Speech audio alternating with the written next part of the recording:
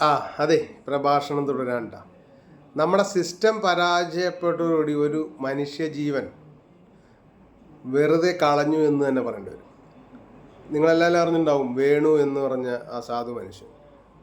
ലോകത്തോട് കാര്യങ്ങൾ വിളിച്ചു പറഞ്ഞതിന് ശേഷം മരണത്തിന് കീഴടങ്ങിയ ഒരു സാധു മനുഷ്യൻ. ഒന്നുമില്ല പറയാൻ. ഡോക്ടേഴ്സ് എന്ന് പറഞ്ഞ ആളുകൾ ഒരു ആതുര സേവന രംഗത്തേക്ക് ഇറങ്ങുന്നതിന് മുമ്പ് മനസാക്ഷിയുടെ ഒരു കോഴ്സും കൂടെ അവർക്ക് കൊടുക്കാനായിട്ട് ഞാൻ അഭ്യർത്ഥിക്കുകയാണ്.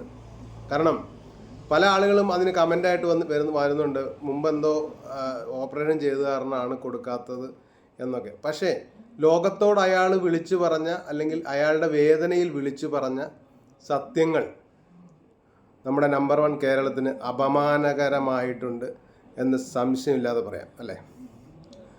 അത് നാളെ നിങ്ങൾക്കോ എനിക്കോ സംഭവിക്കാവുന്ന ഒരു കാര്യമാണ്.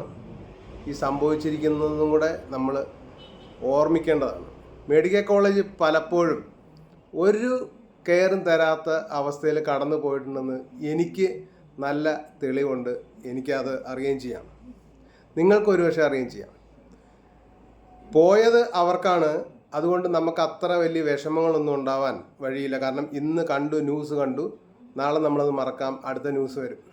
അപ്പം ആ സാധു കുടുംബത്തെ രക്ഷിക്കാൻ സർക്കാർ തീർച്ചയായിട്ടും നടപടിയെടുക്കണം എന്ന് മാത്രമേ പറയാനുള്ളൂ. അതുപോലെ തന്നെ നമ്മുടെ ആരോഗ്യ മേഖലയിൽ ഇങ്ങനെയുള്ള കാര്യങ്ങൾ സംഭവിക്കാതിരിക്കാൻ ബഹുമാനപ്പെട്ട സർക്കാർ, അത് ഭരണപക്ഷമായാലും പ്രതിപക്ഷമായാലും അല്ലാത്തവരായാലും, അതിനെതിരെ ഒരു നടപടി എടുക്കാനായിട്ട് കുറേ വർഷമായിട്ട് ഇടയ്ക്കെങ്കിലും കേൾക്കുന്ന ഈ സംഭവങ്ങൾക്ക് ഇനി ഒരു അറുതി വരുത്താൻ നമ്മുടെ സർക്കാരുകൾ തീർച്ചയായിട്ടും ഇടപെടണം.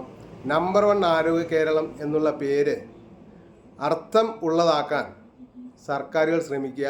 അല്ലെങ്കിൽ ദൈവത്തെ ഓർത്ത് ആ പേര് താൽക്കാലികമായിട്ടെങ്കിലും പിൻവലിക്കുക.